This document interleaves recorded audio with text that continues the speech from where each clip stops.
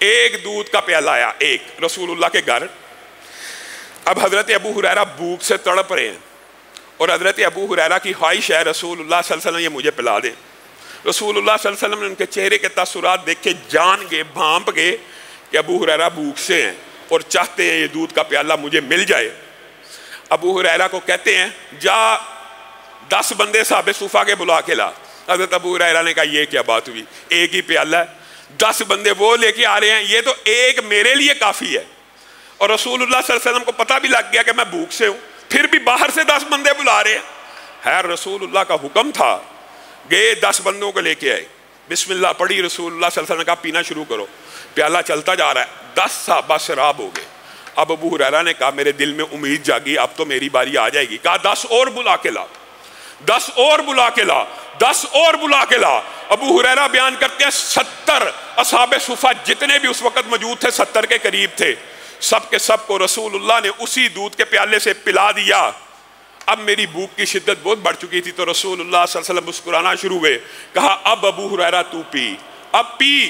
کہا میں نے پینا شروع کیا، پیالہ ختم ہونے کا نام نہیں لے رہا، میرا بدن سراب ہو گیا، میرا معدہ بھر گیا، میں فل ہو گیا۔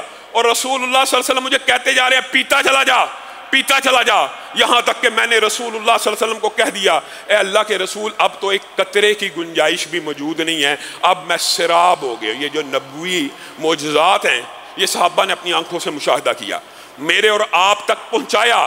اگرچہ ہم معجزات کی وجہ سے رسول اللہ صلی اللہ علیہ وسلم کو آخری نبی نہیں مانتے، اللہ کا یہ شکر ہے اس امت کے اوپر، یہ بہت بڑا احسان ہے کہ اس امت نے خاص طور پر اہل توحید نے رسول اللہ صلی اللہ علیہ وسلم کو، قرآن پاک موجود ہے مانتے ہیں، سب سے بڑا معجزہ بھی مانتے ہیں، لیکن رسول اللہ صلی اللہ علیہ وسلم کی صدا کے اوپر، ندا کے اوپر لبیک کہتے ہوئے ہم نے رسول اللہ صلی اللہ علیہ وسلم کی ہر بات کو مانا ہے۔ اور یہ شرف اور اعزاز صرف اسی گروہ کو حاصل ہے جو رسول اللہ کی ہر حدیث کے اوپر ایمان لے کے آیا ہے۔ ہم نے رسول اللہ کی بات سنی، ہم ایمان لے کے آئے، ہمارا ایمان بالغیب ہے، ہم نے رسول اللہ کو دیکھا نہیں ہے، ہم نے اللہ کو دیکھا نہیں ہے، اور یہی سب سے بڑی فضیلت ہے اس امت کی۔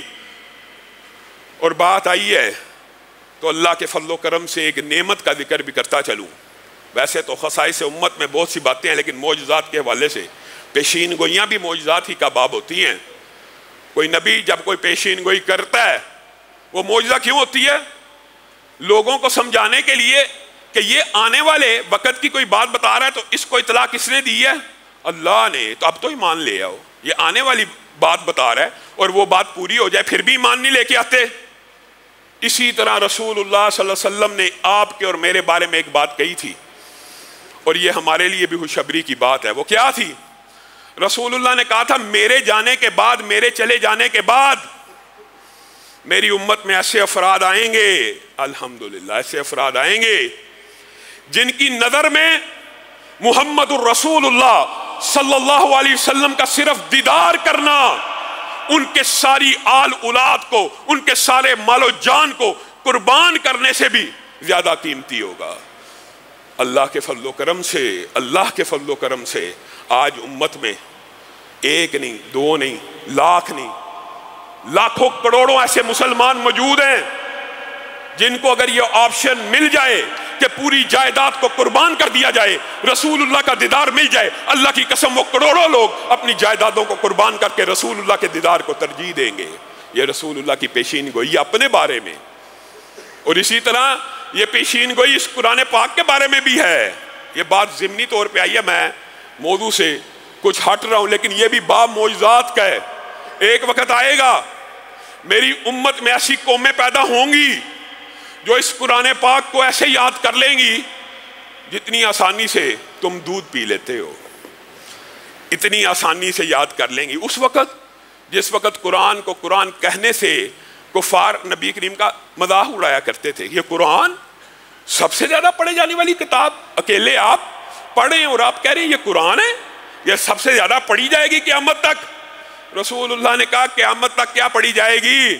ایسی قومیں پیدا ہوں گی جو اس کو اس طرح یاد کر لیں گی، اتنی آسانی سے یاد کر لیں گی جیسے تم دودھ پیتے ہو۔ مجھے بتائیے ایمانداری سے دودھ پیتے بچے بھی اس قرآن پاک کو حفظ کر لیتے ہیں کہ نہیں کر لیتے؟ دودھ پیتے بچے بھی، 7 سال کے بھی دودھ کے دانت گرے نہیں ہوتے، پورے کا پورا قرآن ان کے سینوں میں ہوتا ہے۔ اور خیر یہ تو ایک لمبا چوڑا باب ہے، آپ کو پتہ ہونا چاہیے انڈونیشیا، ملائیشیا، الجزائر، تیونس وغیرہ میں بعض قبائل ایسے ہیں کہ جن کے اندر حفظ قرآن کی شرح 100% ہے، 100%۔ اور بعض قبائل ایسے ہیں جو اس وقت تک شادی حق مہر جو ہے نا بیوی کا، وہ حفظ قرآن ہوتا ہے کہ جب تک حفظ نہیں کیا شادی نہیں ہونی۔ اور وہ لاکھوں کروڑوں کی تعداد میں الحمدللہ پاکستانی قوم کے اوپر بھی اللہ کا رحم ہے، اور بر صغیر کی قوم کے اوپر بھی یہ حفظ اگرچہ ان قوموں کی نسبت کچھ مشکل سے کرتے، اور یہ بات آئی ہے تو یہ بھی یاد رکھیے جو عربی زبان کے ماہر ہوتے ہیں نا عرب، ان کے لیے حفظ ہمارے سے زیادہ مشکل ہوتا ہے۔ اس کی وجہ یہ ہوتی ہے ان کو عربی کی ٹرانسلیشن آتی ہے، جب ٹرانسلیشن بہت زیادہ آتی ہو نا تو زیر زبر کی غلطیاں کرنا اور اپنی طرف سے لفظ کو ایڈ کرنا یہ بڑا مغالطہ لگ جاتا ہے۔ برے صغیر کے لوگوں کو بالعموم ترجمہ نہیں آتا اور بچپن میں رٹے کے تحت حفظ ہوتا ہے، یہ بھی کر لیتے ہیں، لیکن یہ اقوام جنہوں نے پورے کے پورے 100% ہی قرآن پاک کو حفظ کر لیا، یہ اللہ رب العزت کا ایک اعجاز ہے۔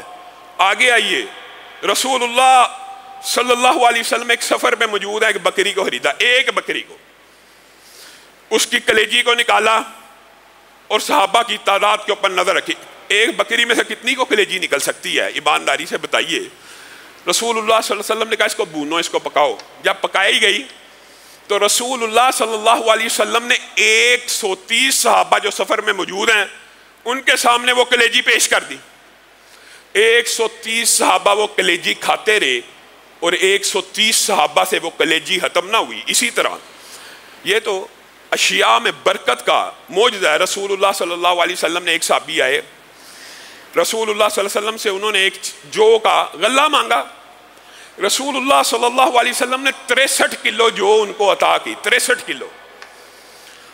کلو جب جو کو عطا کیا تو وہ صحابی اور صحابہ بیان کرتے ہیں وہ جو تو لے کے چلا گیا، عرصہ بیت گیا، وہ جہاں پہ اس نے جو رکھی ہوئی تھی وہ اس کو نکالتا روٹیاں پکاتا لوگوں کو کھلاتا، اس کو نکالتا روٹیاں پکاتا، عرصہ بیت گیا، مدت مدید گزر گئی، وہ جو ختم نہ ہوئے۔ اب اس نے کہا یہ کیا حیرت انگیز بات ہے۔ ابتدائی طور پہ 1 2 3 ماہ تو بندہ سمجھتا کہ شاید برکت سے چل رہے ہیں، بسم اللہ پڑھ رہا ہوں، اللہ تعالیٰ برکت ڈال رہا ہے۔ جب ایک بہت لمبا عرصہ گزر گیا تو وہ حیران اور پریشان ہو گیا، یہ کیا معاملہ ہے؟ اس نے جب دروازہ کھولا، اس کی پیمائش کی تو اگلے دن وہ جو ختم ہو گئے۔ تو رسول اللہ صلی اللہ علیہ وسلم کو یہ ماجرا پتہ لگا۔ رسول اللہ صلی اللہ علیہ وسلم نے فرمایا اللہ کی قسم اگر وہ بندہ اس جو کو نہ گنتا، نہ پیمائش کرتا، ہاتھ ڈال کر نکالتا رہتا، قیامت قائم ہو جاتی ہے جو ختم نہ ہوتے، قیامت قائم ہو جاتی۔